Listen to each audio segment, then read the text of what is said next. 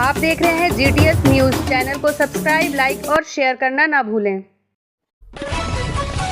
जो है स्वतंत्रता दिवस है, इसके बारे में हमारे लोगों को क्या कहना चाहेंगे? देखिए, स्वाधीनता जो है, स्वाधीनता कहा गया रामचरितमानस में कि पराधीन सपने हो सुख नहीं। पराधीनता में सपने में भी सुख नहीं होता है जी। और इसी बात को जानते हुए हमारे जो अंग्रेज़ों के हमारे ऊपर शासन हो गया था, उससे आज़ादी के लिए हमारे जो पूर्वज थे, पहले के लोग थे, उन्होंने अपने प्राणों की आहुति दे करके हमें स्वतंत्रता प्रदान कराई। और ये भी कहा गया कि हम लाए हैं तूफ़ान से कश्ती निकाल के, इस देश को रखना मेरे बच्चों संभाल के। उस समय कहा गया था जी कि आज़ादी जो मिली हमको, ये ऐसे नहीं मिल गई है। ये हमारे यहाँ एक रिकॉर्डेड है कि उस समय, आज तो जनसंख्या बहुत हो गई, ये 1947 की बात है, उस समय जो जनसंख्या थी 7,50,000 लोगों ने अपने प्राणों की, जो सर्वोच्च बलिदान होता है वो प्राणों का बलिदान होता है, प्राणों का बलिदान दे करके तब ये स्वाधीनता हमको मिली है। और हम ये बड़े हर्षोल्लास की बात है कि हम 15 अगस्त को हर साल अपना स्वाधीनता दिवस मनाते हैं। लेकिन इसके साथ ये चीज़ चेतना ज़रूर आनी चाहिए कि केवल साल में एक दिन हम हर्षोल्लास के साथ, बड़े उमंग के साथ, बड़े जोश के साथ जो है ये सेलिब्रेट कर लें इसको, और उसके बाद साल के 364 दिन फिर वही उदासीनता और डलनेस के साथ ना, ऐसा नहीं है। ये उत्साह पूरे वर्ष, पूरे जीवन पर्यंत रहना चाहिए। अभी मैं जब कार्यालय के लिए जा रहा था तो वहाँ पे कबाबची गली पे मैं खड़ा था, मैंने सुमित को फ़ोन किया कि आकर के मुझे यहाँ से ले जाओ। तो एक लड़की आई स्कूटी से और उसने स्कूटी रोकी, उसने अपने गाल पे झंडा बनवा रखा था यहाँ पे। तो मैंने उसको कहा, मैंने कहा बेटा, ये पैट्रियोटिज़म जो है, दिस इज़ द रियल पैट्रियोटिज़म, ये देशभक्ति तुम्हारे चेहरे पे दिखाई पड़ रही है, ठीक है। तो हमारे ये राष्ट्रीयता जो इतने बलिदान के बाद हमको मिली है, स्वाधीनता मिली है, तो ये हमारे कर्मों में दिखाई पड़नी चाहिए, हमारे आचरण में दिखाई पड़नी चाहिए। ये नहीं कि हम जो है बिल्कुल बस एक बार उत्साह के साथ करें, उसके बाद जो है वही सामान्य स्तर ना। देखिए, ये हमारे आगे हज़ारों उदाहरण इस प्रकार के कि जिन देशों में राष्ट्र प्रेम होता है, कूट कूट के भरा होता है। जापान का हमारे पास उदाहरण है, नागासाकी, हिरोशिमा 1945 में उनकी हालत ख़राब कर दी गई थी, लेकिन वहाँ चूँकि राष्ट्र प्रेम है, नैतिकता है, इसलिए वो बहुत तेज़ी से उत्थान कर गए।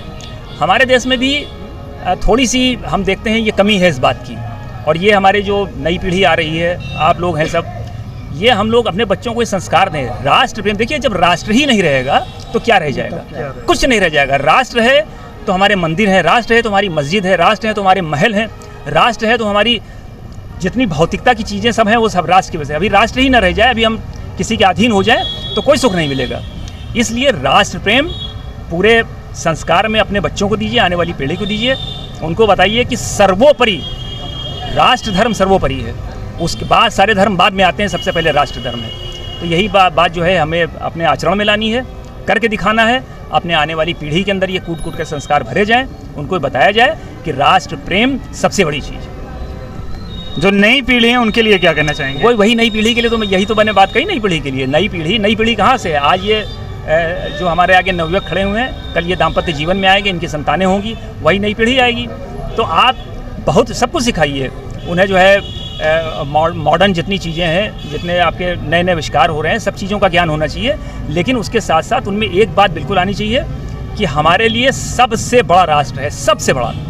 राष्ट्र से बड़ा कुछ नहीं। अगर राष्ट्र से बड़ा कुछ होता तो जिन लोगों ने सहर्ष भगत सिंह वगैरह ने अपने गले में फांसी लगा करके अपने प्राणों की आहुति दे दी, तो राष्ट्र ही सबसे बड़ा तत्व था। माँ बाप सबसे बड़ा राष्ट्र है। राष्ट्र है तो सब है, राष्ट्र नहीं तो कुछ भी नहीं। बहुत बढ़िया बात कही है सर ने हमारे, और सभी लोग अपना ध्यान रख करके स्वतंत्रता दिवस मनाएं। क्या कहना चाहेंगे पंडित जी आप? कहना हम यही चाहेंगे, जो हमारे बड़े भाई ने कहा ये सही है। सभी आए हुए पत्रकार बंधुओं, साथियों को हम सादर अभिनंदन करते हुए, स्वागत करते हुए धन्यवाद देते हैं, उनको शुभकामनाएं हैं। और ये आज स्वतंत्रता दिवस है, हमारी एकता का प्रतीक है, स्वतंत्रता दिवस का पावन एक पर्व है। तो इस बात को ज़रूर ध्यान रखें कि उस समय अंग्रेज़ों का नारा था कि फूट डालो राज करो। आज वो ख़त्म नहीं हुआ है, आज भी वही है।